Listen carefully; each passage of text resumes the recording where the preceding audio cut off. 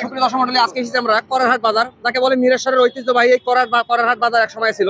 তো আমরা যারা এখানে উচ্চতন কর্মকর্তা আছেন তাদের সাথে আমরা কথা বলার চেষ্টা করবো। এই করারহাট বাজারে যে গোল চত্বর নিয়ে একটা অনেকেই অনেক ধরনের কথা বলছে, তো সেই বিষয় নিয়ে আমরা কাজ করবেন। আমরা জানতে চাচ্ছিলাম, মোতার হোসেন রাসেল, এক নং করানি ছাত্র দলের সাবেক সভাপতি এবং বর্তমান সমন্বয় কমিটির সদস্য। আমরা জানতে চাচ্ছিলাম এই করারহাট বাজারে যে একটা গোল চত্বর নিয়ে সবার একটা আবেদন ছিল, এই বিষয় নিয়ে আপনারা কেমন কি দেখছেন?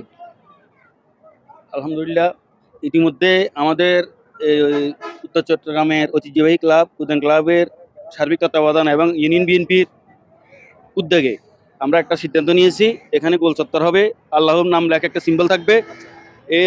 এর পরিপ্রেক্ষিতে অলরেডি এখানে আমরা কিছু আমাদের এলাকাতে যারা অলরেডি আবেদন করেছি, যাদের কিছু টাকা পয়সা দেওয়ার সক্ষমতা আছে, ওনারা যাতে এখানে সহযোগিতা করেন। এর পারপাসে ইতিমধ্যে ইয়াসিন মেম্বার ফাউন্ডেশন থেকে অলরেডি 20,000 টাকা অনুদান দিয়েছে এই কাজের জন্য। আমরা অল্প কিছুদিনের মধ্যে এই কাজটা শুরু করবো।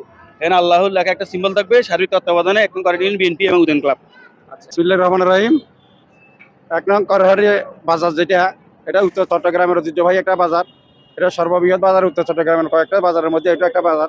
আমরা এখানে দীর্ঘদিন পর্যন্ত এই গোল চত্বরে মানে কিভাবে কি করা যায় বিভিন্ন রকমের আমরা চিন্তা ভাবনা করেছি, বিভিন্ন সামাজিক সংগঠন আমরা সহযোগিতা পেয়েছি। আমাদের ইউনিয়ন বিএনপির উদ্যোগে সবাই আমরা এটার নিয়ে চিন্তা ভাবনা করার এক পর্যায়ে উত্তর চট্টগ্রামের ঐতিহ্যবাহী সামাজিক সংগঠন উদ্যান ক্লাবের তত্ত্বাবধানে এটা ইনশাল্লাহ একটা ভাস্কর্য হবে, সেটাতে আল্লাহু লেখা থাকবে। এটা অত্যন্ত দৃষ্টিনন্দন হবে। ইতিমধ্যে বিভিন্ন রকমের সামাজিক সংগঠন যেগুলো আছে এগুলো আমাদের এই উদয়ন ক্লাবের মাধ্যমে সাহায্য সহযোগিতা করতেছে। এই ইয়াসিন ফাউন্ডেশন নামে আমাদের একটা ঐতিহ্যবাহী একটা সংগঠন আছে, ওইখান থেকে 20,000 টাকা ইতিমধ্যে দান করেছে। আরও কিছু কিছু জায়গা থেকে টাকাগুলো আসতেছে। আশা করি ইনশাল্লাহ আমাদের কিছুদিনের মধ্যে এখানে সুন্দর একটা ভাস্কর্য স্থাপন হবে, আমরা সবাই ইনশাল্লাহ আশা করতেছি।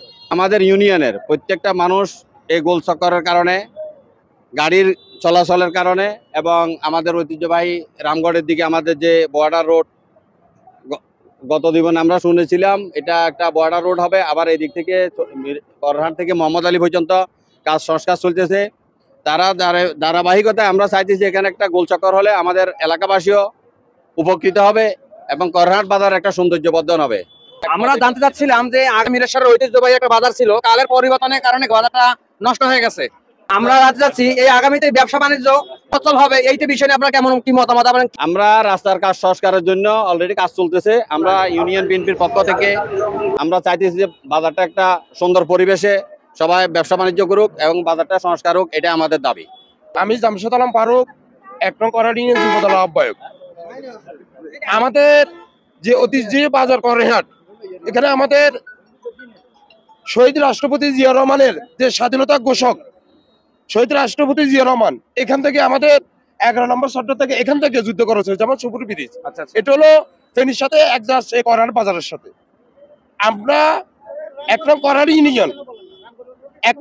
ইউনিয়ন বিএনপির পক্ষ থেকে যতটুকু দরকার আমরা আগে সৌন্দর্য বাজারটা আগের মতো ফিরিয়ে আনার জন্য আমরা উদ্যোগ নিয়েছি।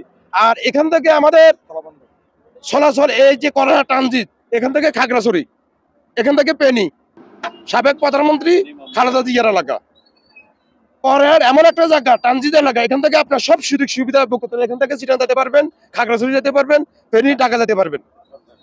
এই বিষয় নিয়ে যারা এই করারহাটে যারা ব্যবসা বাণিজ্য যারা করে যাচ্ছেন দীর্ঘদিন থেকে, তাদের কাছে আপনারা কেমন কি মানে আশ্বাস দিচ্ছেন যদি একটু বলতেন? পরিষ্কার পরিচ্ছন্ন, যেটা উন্নয়নমূলক দরকার সবকিছু আমরা সহায়তা করবো।